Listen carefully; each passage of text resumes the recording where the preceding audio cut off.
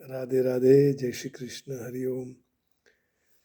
बंशीधरं तोत्रधरं नमामि मनोहरं मोहहरं च कृष्णं, मालाधरं धर्मधुरं धरं च पार्थस्य सारथ्यकरं च देवं, कर्तव्यदीक्षां च समत्वशिक्षां ज्ञानस्य भिक्षां शरणागतिं च ददाति गीता करुणाद्रभूता, कृष्णेन गीता जगतो हिताय। श्रीमद् भगवद गीता जी अध्याय 12वां और श्लोक 3-4 का दूसरा भाग। श्लोक इस प्रकार है। ये त्वक्षरमनिर्देश्यम् अव्यक्तं पर्युपासते, सर्वत्र गमचिन्त्यं च कूटस्थमचलं ध्रुवम्, सन्नियम्येन्द्रियग्रामं सर्वत्र समबुद्धयः, ते प्राप्नुवन्ति मामेव सर्वभूतहिते रताः। तो सर्वभूतहिते रताः यहाँ से बाकी था, आगे चलेंगे। ये यात्रा जीवन की बहुत छोटी है। कर्मयोग के साधन में आसक्ति, ममता, कामना और स्वार्थ का त्याग प्राधान्य होता है। मनुष्य जब शरीर, धन, संपत्ति आदि पदार्थों को अपना और अपने के लिए नहीं मानकर दूसरों के कल्याण में जब लगाते हैं, सेवा में योजते हैं, तब वह आसक्ति, ममता, कामना, सर्वथा स्वार्थ भाव का अपने आप त्याग हो जाता है। जिसका उद्देश्य प्राणी मात्र की सेवा करने का है, वह अपने शरीर और पदार्थों को दीन दुखी, अभावग्रस्त की प्राणियों की सेवा में लगा देते हैं। ये कितनी बढ़िया बात की। यदि आपके पास ज़्यादा है तो किसी की दीन दुखियों के में लगा दो। लेकिन आजकल लोग क्या करते हैं कि काम करवाने के बाद भी अपने नौकरों को, अपने सेवकों को पैसे नहीं देते हैं, चूसते हैं, शोषण करते हैं। शरीर को दूसरों की सेवा में लगाने से अहमता और पदार्थों को दूसरों में सेवा में लगाने से ममता, ये दोनों नष्ट हो जाती है। तो अहमता और ममता बहुत कठिन है। कोई ऐसा भी समझे कि चलो भाई, ये कथाकार लोग अपने को ऐसा समझाकर अपने पास से वो पैसा ले लेना चाहते हैं, ऐसा भी नहीं होता है। कथाकार है, अपने मुंह से वो शास्त्र की बात आपके सामने रख देते हैं। कोई किसी को नहीं चाहिए भाई, प्रेम के सिवाय कुछ भी नहीं चाहिए। तो साधक का पहले से ही लक्ष्य है कि जब पदार्थ सेवा में लग जाए तो वह सेव्य के ही है ना।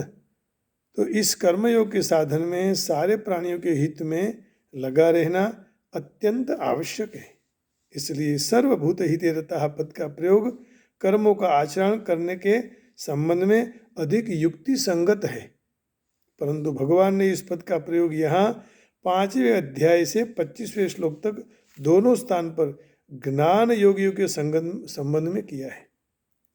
इससे सिद्ध हो जाता है कि कर्मों से सर्वथा संबंध विच्छेद करने के लिए कर्मयोगी प्रणाली को अपनाना आवश्यकता ज्ञान योग में भी है। एक बात खास ध्यान रखनी चाहिए कि शरीर, पदार्थ, क्रिया जो सेवा करने के लिए आ जाए तो वह सीमित हो जाती है, क्योंकि सारे पदार्थ और क्रिया मिलकर भी सीमित हैं। परंतु सेवा में प्राणी मात्र का हित का भाव असीम होने से वह सेवा भी असीम हो जाती है। सेवा का भाव भी असीम होना चाहिए।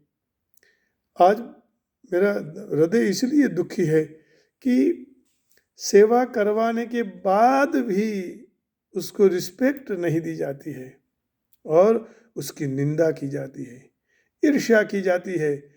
जैसे वॉलीबॉल को हम नीचे मारेंगे, कोई दड़ा जो बॉल बोलते हैं ना, कंदुका, तो उसको लोग नीचे मारेंगे लेकिन वह झड़प से ऊंचा इतना ही हो जाएगा। भगवान की कृपा होती है। और ऊंचे कौन लेने जाने वाला, नीचे कौन देने वाला, ये तो भगवान की बात है। बहुत कभी कभी इतना हृदय में दुख होता है कि लोग क्यों ऐसा करते हैं, पता नहीं। मैं शायद सहन नहीं कर सकता हूँ, इसलिए होगा, उसमें मेरा भी दोष शायद होगा। लेकिन जब सेवा भाव असीम से करो तो वह असीम हो जाएगी। इसमें आसक्ति ममता कोई नहीं रहेगा। सारे प्राणियों को मानकर सेवा में लगा देना चाहिए। सब पदार्थ समष्टि के हैं भाई। ऐसे असीम भाव जब जड़ता से सर्वथा संबंध विच्छेद होने के कारण साधक को असीम तत्व परमात्मा की प्राप्ति होती है। नहीं तो मित्रों कभी नहीं मिलेंगे भगवान। यदि किसी को दुख दिया है परमात्मा नहीं मिलने वाले हैं। क्या मिलेगा आप लोगों को? एक अच्छे आदमी को परेशान में डाल देना, उसकी बदनामी करना, मेहनत करवा के देना नहीं, क्या मिलेगा? सेवा नहीं करो, ऐसे ही मत दो, लेकिन जो काम कर रहे हैं उनको तो दिया करो। वो परमात्मा के रूप हैं, वो भगवान के स्वरूप हैं। क्या वो दीन है इसलिए उनको परेशान कर रहे हो? हमारे गुरुजी कहा करते थे, दीन भाव से, दैन्य भाव से सबकी सेवा करो, सब में लग जाओ। क्योंकि पदार्थों को व्यक्तिगत मानने से मनुष्य में परिच्छिन्नता, एक देशीयता, विषमता हो जाती है। ये मेरा ही है ऐसा आ जाता है। समता होनी चाहिए।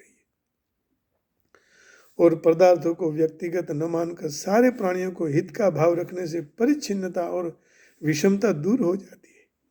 इससे विपरीत साधारण मनुष्य को अपनी ममता वाला प्राणियों की सेवा करने का सीमित भाव रहने से वह भले ही अपना सर्वस्व उनकी सेवा में क्यों न लगा दे, फिर भी पदार्थों में जिनकी सेवा करे उसमें आसक्ति, ममता आदि रहने से सीमित भाव के कारण उसको असीम परमात्मा तत्व की प्राप्ति नहीं होती। मैं तो इतनी ही सेवा करूंगा, उसमें सीमा आ गई, तो फिर असीम परमात्मा कैसे प्राप्त होंगे?